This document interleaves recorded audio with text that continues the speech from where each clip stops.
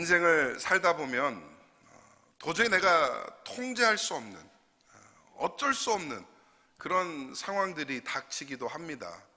그리고 내가 얼마나 무능력한가, 내가 얼마나 무기력한가 다시 한번 느끼는 그런 순간들이 오기 마련이죠. 급작스러운 사고를 당한다든가, 아니면 직장에서 해고를 당한다든가, 또는 갑자기 아프기도 하든가, 내가 어쩔 수 없는 상황들이 와요. 저도 참 부끄럽게도 목사가 자기 관리를 잘 못해갖고 감기가 와버렸어요. 감기가. 저는 제가 어쩔 수 있는 줄 알았어요. 감기 안 걸리는 방법이 있는 줄 알았어요. 여기저기 이제 아프신 분들 많았잖아요. 그리고 괴담들이 들려요. 이번 감기는 걸리면 거의 죽는다더라, 이하를 갔다더라, 이런 얘기들을 들으면서 마음에 다짐을 했어요. 나는 이번 시즌에 절대로 감기를 걸리지 말아야겠다. 그래서 마스크도 쓰고, 또 사람 많은 데는 잘 안 가려고도 하고, 갖가지 노력을 했던 것이죠. 저는 제가 감기를 이길 수 있는 줄 알았어요. 그런데 와버렸습니다, 그것이. 그래갖고 한 주 좀 고생하고 이제 회복을 하고 있는데, 그런 생각이 들더라고요. 내가 눈에 보이지도 않는 그 바이러스 하나 통제 못하는데 내가 과연 내 인생을 어떻게 통제한다는 생각을 할까? 내가 어떻게 내 뜻대로 이 생명과 삶을 이끌어간다 할 수 있을까? 그런 생각을 해봤다는 것이죠. 도무지 어찌할 수 없는 그런 절망적이고 어려운 순간들이 닥치게 되면 우리의 마음과 생각은 매우 복잡해집니다. 화가 나기도 하고 우울감이 들기도 하고 현실을 부정하고 싶은 그런 욕구도 들고 그러잖아요.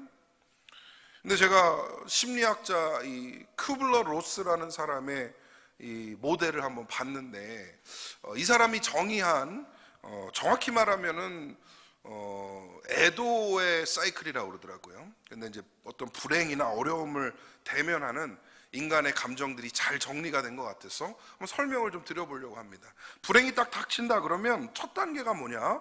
부정의 단계예요. 부정. 현실의 충격을 받고 이건 사실이 아닐 거야, 이럴 수는 없을 거야 라고 하면서 스스로 부정한다는 것이죠.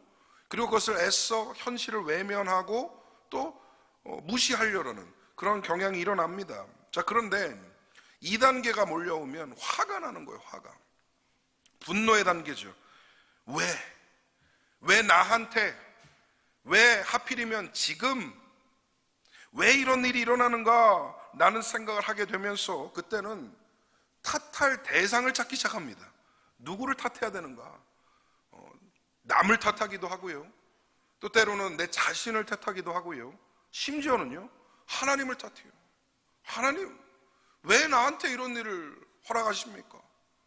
하나님, 왜 나한테 이렇게 하십니까? 라고 분노하는 단계인 것이죠. 그 단계가 지나면 세 번째로 타협의 단계에 접어들게 됩니다. 현실을 바꾸고 싶어서 뭔가 자신과 타협을 하기 시작하는 것이죠. 그러면서 하는 생각이 뭐냐? 내가 이렇게 하면 뭔가 바뀔까? 내가 저렇게 하면 결과가 바뀔 수 있을까? 기도도 그렇게 변해요. 하나님, 내가 이렇게 할 테니 저렇게 해주세요. 하나님, 내가 이렇게 할 테니까 저 결과를 바꿔주세요. 타협하려고 하는 그런 단계에 들어간다는 것이죠. 이게 지나가면 우울의 단계에 접어들게 됩니다.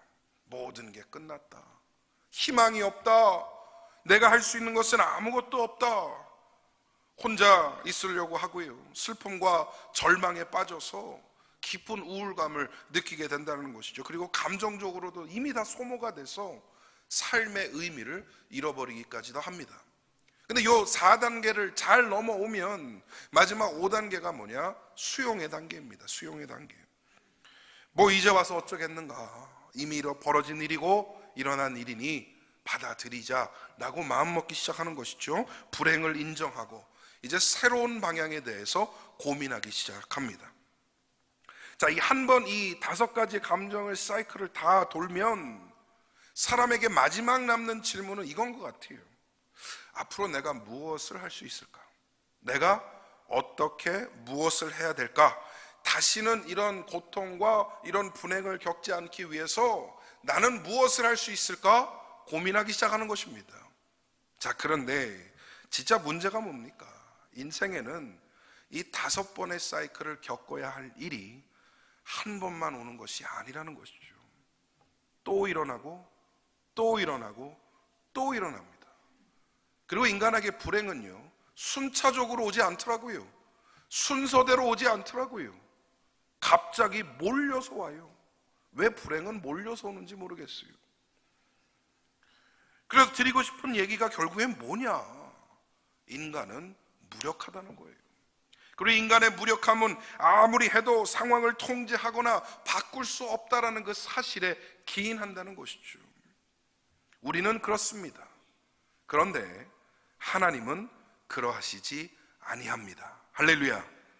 우리는 통제를 못하고 우리는 할 수 없지만 하나님은 다르시다라는 것이죠. 상황에 제한받는 분이 아니라 상황 위에서 역사하시는 분, 상황을 주도하시고 이끌어 가시는 것이 하나님의 능력이라는 것이죠. 믿으시면 아멘. 그 능력을 믿고 의지하는 성도는요, 하나님의 역사 안에서 상황을 벗어나 하나님 뜻대로 흘러갈 수 있는 그런 은혜를 누리게 됩니다. 상황을 자꾸 내 뜻대로 통제하려고 하면 제가 장담해요, 여러분 실패할 겁니다. 그리고 여러분 실망하게 될 것입니다. 능력의 주님께 내어 맡기시고 상황을 초월하여 역사하시는 그 하나님을 붙드시기를 바랍니다. 어차피 내 맘대로 안 됩니다. 하나님 뜻대로 되게 되어 있습니다. 오늘 말씀을 통해 하나님은 어떻게 상황 위에 운행하시는지 말씀을 통해 상고하도록 하겠습니다. 첫 번째로, 하나님은 상황을 변화시키십니다. 오늘 본문은 잘 아시는 대로 예수님이 풍랑을 잠재우는 장면을 담고 있습니다. 갈릴리 바다 주변에서 말씀을 전하시며 사역을 하시다가 예수님께서 제자들과 함께 바다 건너편으로 이동하시기 위해 배를 타시게 됩니다. 여기서 한 가지 좀 생각해보고 짚고 넘어갈 게 있는데, 여러분 갈릴리가 바다입니까? 호수입니까? 어떻게 알아요? 가봤어요? 장담하시는 것 같은데요. 혹시 이 시카고나 미시건 쪽에서 뭐 여행을 하시거나 사셔다 오실 분들은 미시건호를 잘 아실 겁니다. 저도 미시건호를 처음 봤을 때 이게 어떻게 호수야? 라는 말을 하게 됐어요. 너무 커서 심지어 막 파도가 밀려오고 바다랑 똑같더라고요. 그래가지고 의심이 들었어요. 이거 분명히 바다인데 호수라고 그러는 거 아니야? 그래가지고 그 앞에서 물을 찍어 먹어봤어요. 안 짜더라고요. 안 짜더라고요. 그러니까 그런 느낌인 것 같아요. 갈릴리가 크기도 크기지만 뭔가 바다 같은 성격을 가지고 있는 것이죠. 막 바람도 불고 풍랑도 불고 뭐 파도도 일고, 그러니까 좀 우리가 생각하는 호수보다는 바다 같다는 인식이 있는 거예요. 근데 좀 더 정확한 해석을 좀 해보자면, 왜 우리는 바다로 알고 있는 것인가? 히브리어 단어 얌이라는 단어와 헬라어 단어 달라사라는 단어가 사실은 담수와 염수를 구별하지 못합니다. 그냥 큰 물은 다 같은 단어를 쓰는 거예요. 이게 바다든 호수든 간에. 그러니까 예전에 성경을 번역하시던 분들이, 한국말로 번역하신 분들이 얼마나 고민이 많았겠어요. 야, 이거를 바다로 해석해야 돼? 호수로 해석해야 돼? 라는 고민을 하셨던 것 같아요. 자, 그런데 성경에 나오는 이 갈릴리의 이 어떤 성향과 성격이 어떻습니까? 바다랑 비슷해요. 막 풍랑도 일고 배가 막 좌초되기도 하고 막, 그러니까 그냥 바다라고 하자. 왜냐하면 번역상 틀린 게 아니거든요. 이 단어는 바다를 쓰든 호수를 쓰든 똑같은 거거든요. 그래서 이제 우리가 갈릴리 바다라고 인식을 하는 건데, 참고로 담수랍니다. 그래서 호수가 맞답니다. 저도 편의상 그냥 갈릴리 바다라고 하겠습니다. 자, 배로 바다를 건너는 중에 갑자기 큰 바람을 만나게 됐습니다. 바람 때문에 큰 파도가 치기 시작하고요, 배가 너울거리기 시작하고요, 이리저리 밀리게 되었습니다. 상황이 꽤 심각해 보였던 것 같습니다. 성경에 보니까 제자들은 자기들이 죽을 수도 있다라는 위협을 느꼈던 것 같아요. 그런데 그에 반해 예수님은 그때 뭐 하고 계셨죠? 주무시고 계셨어요. 성경에 보니까 또 배 뒤쪽에 있는 이 고물에서 베개까지 베고 주무셨다 라고 기록을 하고 있어요. 그냥 예수님이 주무셨다라고 기록할 수 있는데 왜 배 고물 위에서 베개까지 베고 주무셨다라고 기록을 했을까? 이 성경이 대조를 보여주는 거죠. 그 상황의 다급함과 예수님의 그 평온함이 대조적으로 보여지는 거예요. 그래서 제자들이 그런 예수님을 보고 이들 감정이 좀 흥미로운 것 같아요. 제자들이 난리통에 주무시는 예수님을 보면서 그들이 느꼈던 그 심리가 좀 재밌어요. 뭐라고 하면서 예수님을 깨우죠? 예수님 큰일 났어요. 배가 가라앉게 생겼어요. 일어나 보세요. 도와주세요. 이런 말을 할 수 있는데도 불구하고 그들이 뭐라고 그러면서 예수님을 깨웠느냐? 선생님이요, 우리가 죽게 된 것을 돌보지 아니하시나이까? 아니 예수님, 우리가 죽게 됐는데 상관 안 하시는 겁니까? 라면서 깨우는 거예요. 그러니까 이들 마음에는 뭐가 있는 거예요 지금? 원망이 있는 거예요. 원망주. 여러분, 우리도 살면서 내가 어찌할 도리가 없는 큰 풍랑을 만나면요, 하나님을 원망해요. 하나님을 원망해요. 하나님, 내가 죽게 된 것을 돌보지 아니하시나이까? 하나님, 왜 이런 일이 일어나도록 나에게 허용하시나이까? 하나님, 나를 사랑하지 아니하시나이까? 나중에 그렇게 물어봤던 제자들이 예수님께 꾸중을 받게 돼요. 예수님이 뭐라고 그러시죠? 너희가 어찌 믿음이 없느냐? 믿음이 없느냐? 분명히 저 파도 뒤에는 나의 은혜가 기다리고 있고 저 물결 너머에는 나의 역사가 작용하고 있는데 너희는 어찌 눈앞에 보이는 그 바다 한 가지, 풍랑 하나 때문에 믿음을 갖지 못하느냐? 꾸중하시는 것이죠. 여러분, 우리가 이런 책망을 듣지 않으려면 어떻게 해야 할까요? 풍랑을 잠재우시고 상황을 바꾸시는 주님을 온전히 믿고 신뢰하시기를 바랍니다. 본문 39절 말씀 우리 함께 보겠습니다. 시작. 예수께서 깨어 바람을 꾸짖으시며 바다더러 이르시되 잠잠하라 고요하라 하시니 바람이 그치고 아주 잔잔하여지더라. 아멘. 아멘. 우리 주님은 상황을 바꾸실 수 있는 능력이 있으신 줄 믿습니다. 우리는 못해요. 우리는 그런 능력이 없어요. 무엇을 통제할 수 없고 무엇을 주관하기가 어렵다라는 것이죠. 우리는 바람 하나 멈출 능력이 없는 존재들입니다. 그래서 통제할 수 없는 것을 통제하려고 헛수고 헛노력하지 마시고 하실 수 있는 주님께 온전히 맡기시기를 바랍니다. 우리 삶 가운데에 반전의 역사를 일으키시는 예수 그리스도의 이름을 굳게 믿으시고 담대하게 풍랑을 향하여 나아가시기를 간절히 소망합니다. 두 번째로, 주님은 상황에 상관없이 일하십니다.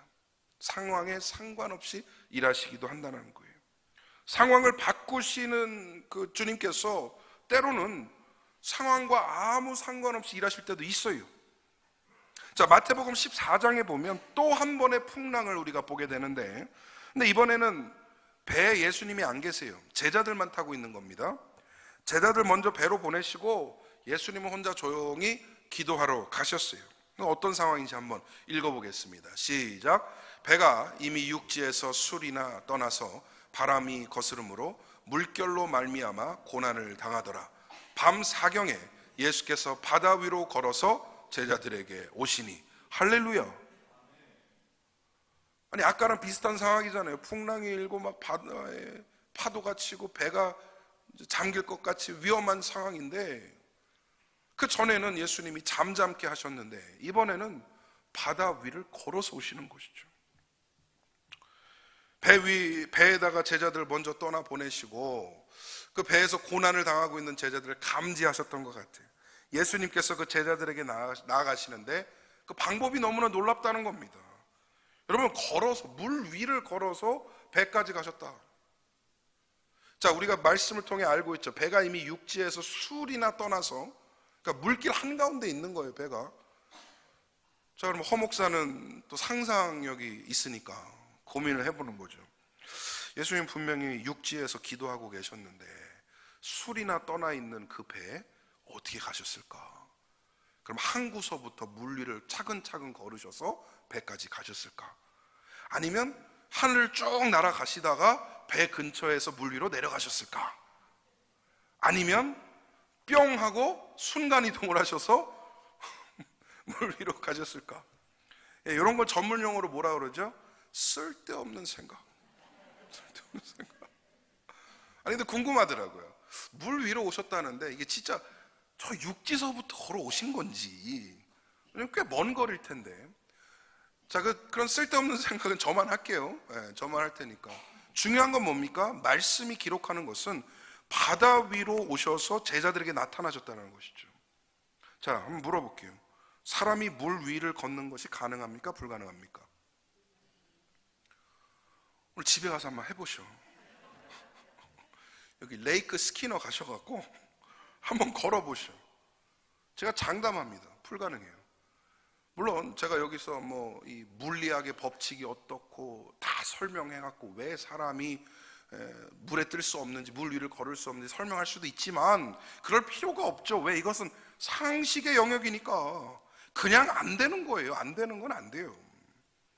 근데 예수님은 완전한 인간이셨지만 동시에 완전한 하나님이셨기 때문에 물 위를 걷는 것이 가능하시다는 것이죠. 믿으시면 아멘.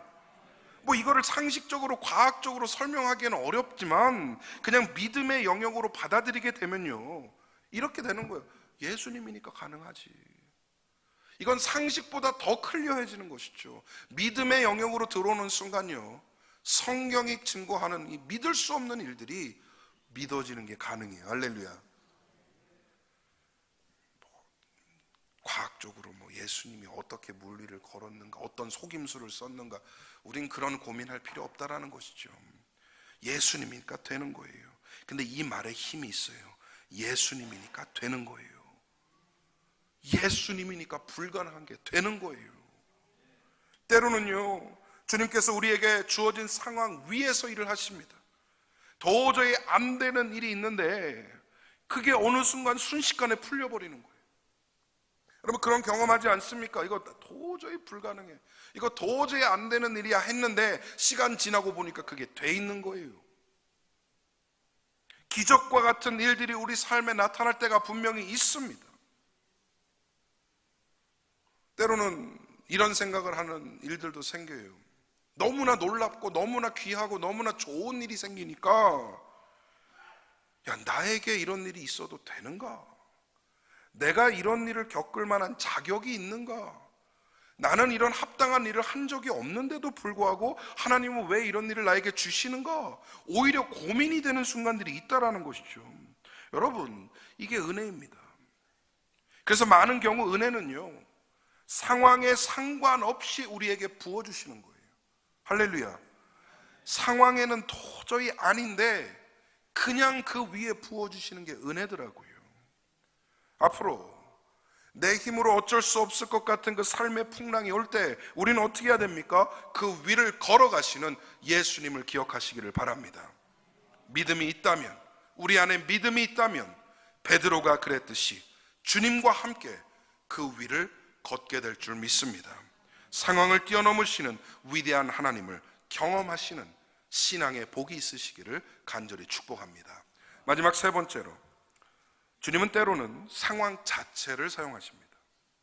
상황을 바꾸시거나 초월하실 때도 있지만 그 상황 자체를 사용하실 때가 있어요. 하나님의 능력의 진가가 어디서 나오는가? 물론 이 상황을 꺾으시거나 그 상황을 초월하셔서 역사하실 때도 드러나지만 그 자체를 이용하셔서 하나님의 뜻을 이루실 때 저는 소름이 돋아요. 소름이.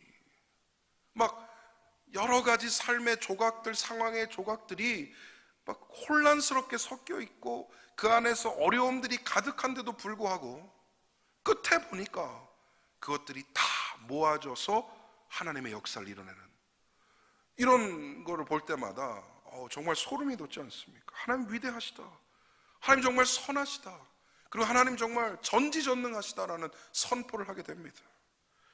이런 예가 있어요. 사도행전 27장 28장에 보면, 뭐 긴 장이니까 다 읽지 못하겠고 설명을 좀 드릴게요.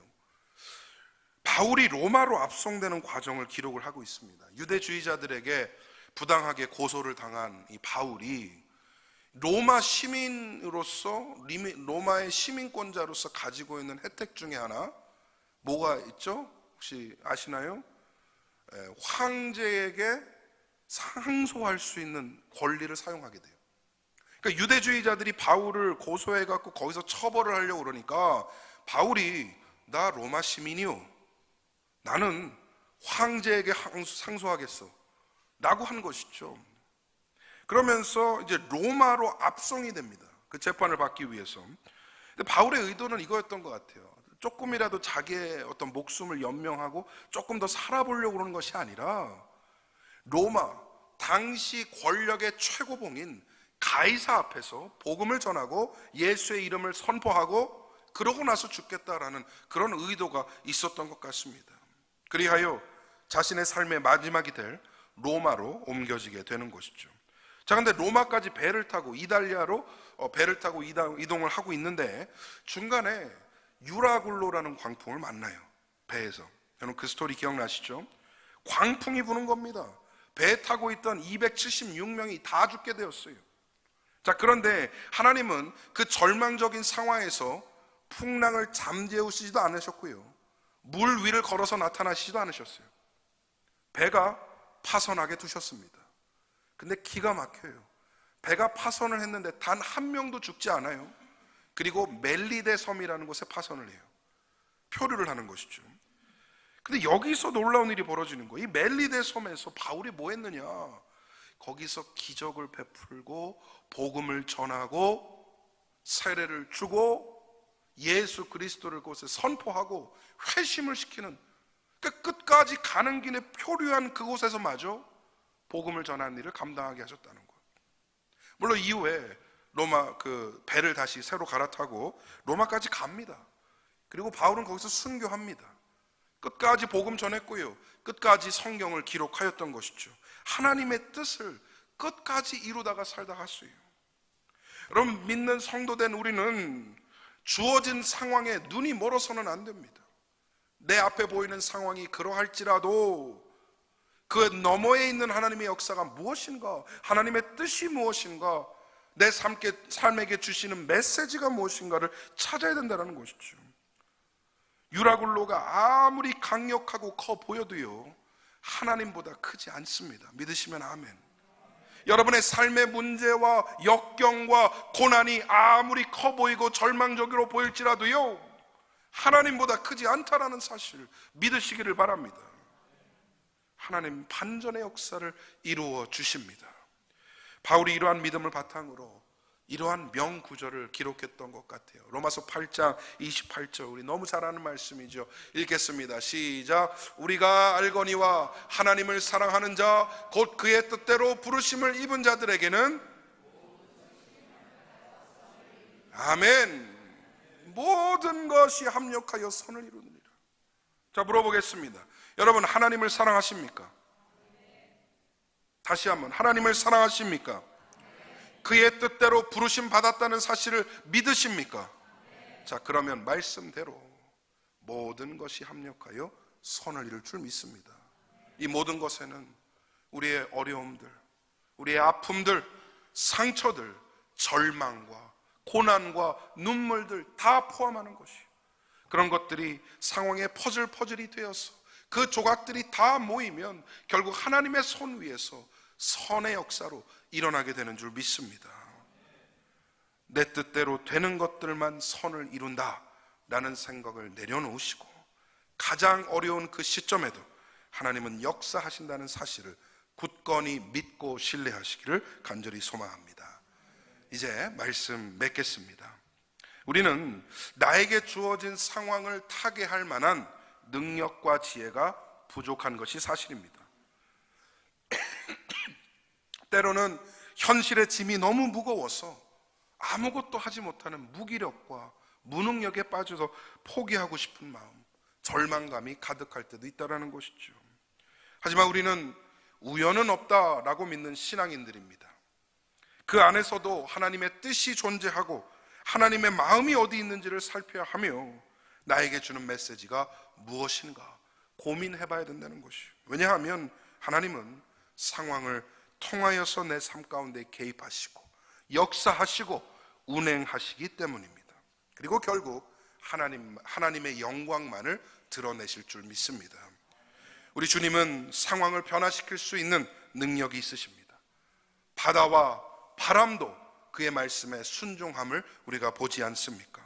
주님은 상황을 초월하여 역사하실 수 있는 분입니다. 물 위를 걸으시는 예수님을 기억하시기 바랍니다. 또한 주님은 상황을 사용하셔서 하나님의 뜻을 이루시기도 합니다.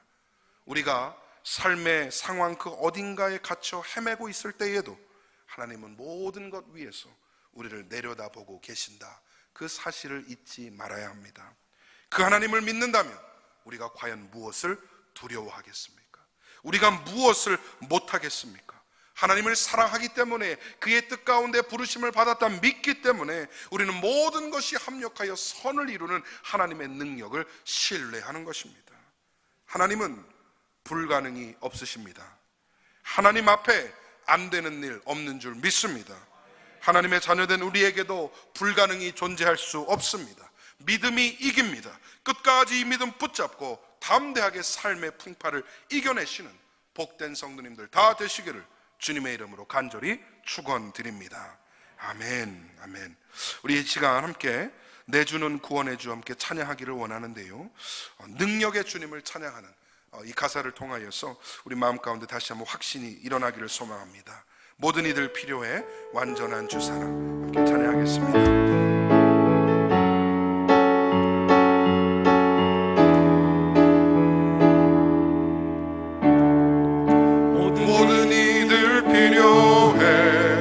완전한 주 사랑 자비를 베푸소서. 모든 이들 필요해 그 주의 농장 열방의 소망. 예수 산을 옮기시는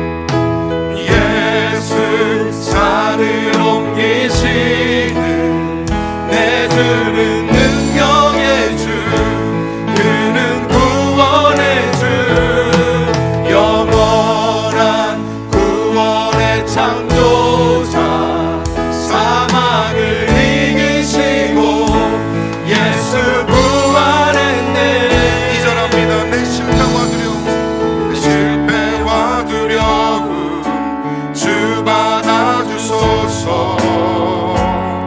날 채우소서. 내 삶을 주께 드려 온전히 주 따르리. 주께 순종해, 주께 순종해. 여러분 전심으로 고백하도록 하겠습니다. 예수 산을 옮기시는, 예수 산을 옮기시는 내 주는 능력의 주, 그는 구원의 주, 영원한 구원의 창조자, 사망을 이기시고 예수 부활했네. 비추소서 주님의 빛을, 찬양해 다시 사신 왕의 영광을. 예수 비추소서 주님의 빛을, 찬양해 다시 사신 왕의 영광. 예수 산을 옮기시는, 예수 산을 옮기시는 내 주는 능력의 주, 그는 구원의 주, 영원한 구원의 창조자, 사망을 이기시고 예수 다시 한번 고백합니다. 부활했네. 예수 산을 옮기시는 내 주는 능력의 주, 그는 구원의 주, 영원한 구원의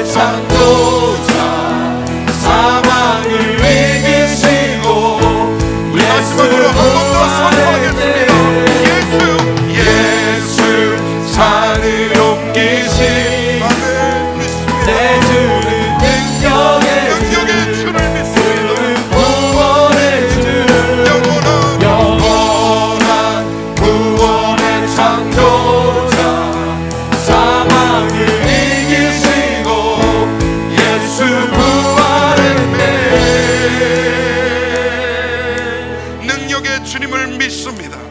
아버지, 우리는 할 수 없으나 주님은 하실 수 있음을 굳건히 믿사오니 주여 역사하여 주시옵소서. 우리의 마음 가운데 임하여 주시옵소서.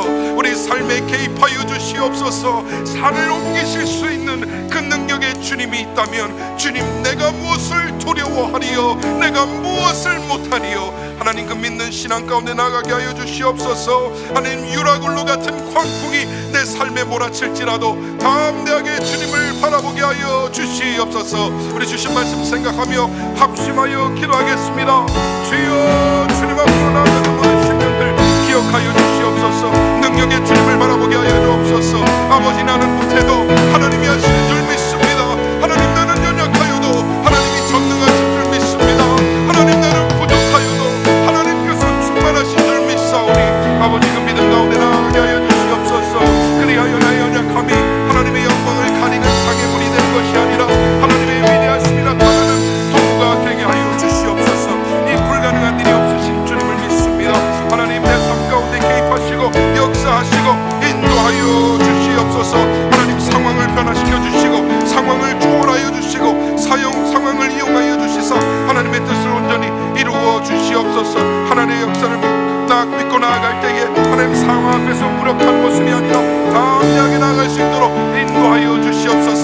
삶의 광풍 앞에 아버지 주눅들게 하지 마시고 하나님, 위축되게 하지 마시고 하나님, 담대하게 아버지 돌파해 나갈 수 있는 우리의 신앙이 될 수 있도록 역사하여 주시옵소서. 믿습니다. 하나님이 하시는 줄 믿습니다.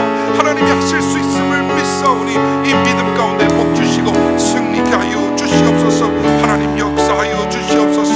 주님, 인도하여 주옵소서. 우리의 삶을 주관하여 주시사 하나님, 담대하게 나갈 수 있도록 역사하여 주시옵소서. 주님, 감사합니다. 그런 하나님이셔서 감사합니다. 그런 하나님이 되어주셔서 감사합니다. 주님, 역사하심 믿습니다. 하나님, 나는 나한테 안 되는 것은 어쩌면 하나님도 안 된다라고 생각하고 단념했는지 모르겠습니다. 하나님에게 불가능은 없는데 하나님, 너무 쉽게 포기했습니다. 하나님께 안 되는 일은 없는데 하나님, 너무 쉽게 낙심하였습니다. 나의 불신앙을 용서하여 주시옵소서. 상황을 변환시키시고 초월하시고 이용하셔서 하나님의 뜻을 이루시는 그 온전한 능력 가운데 의지하고 나아갈 수 있도록 도와주시옵소서. 하나님, 우리 삶에도 광풍이 붑니다. 유라굴로가 옵니다. 도저히 내가 어떻게 할 수 없는 것 같은 그런 상황 앞에 설 때가 있습니다. 그 앞에서 하나님, 무력한 모습이 아니라 담대히 이겨낼 수 있도록 힘과 지혜를 더하여 주시옵소서. 풍파 뒤에 기다리고 있는 주의 은혜를 바라보게 하여 주시옵소서. 바다 너머에 있는 하나님의 역사를 발견하게 하여 주시옵소서. 그리하여 우리는 두려움에 떠는 존재가 아니라 믿음의 담대함으로 상황을 이겨내고 인생에 승리하는 귀한 성도 다 되게 하여 주시옵소서. 지금은 우리를 죄에서 구속하신 예수 그리스도의 은혜와 하나님 아버지의 극진하신 사랑하심과 성령님의 감화, 감동, 교통하심이 하나님에게는 불가능이 없다라는 그 사실을 굳게 믿으며 주님과 함께 바다를 뛰어넘고 바다 위를 걸으며 파손되는 그 순간마저도 하나님 뜻에 쓰임받기로 원하여 결단하는 모든 성도들과 허락하신 가정과 생업과 사랑하는 자녀들 위에 지금으로부터 영원토록 함께 있을지어다. 아멘.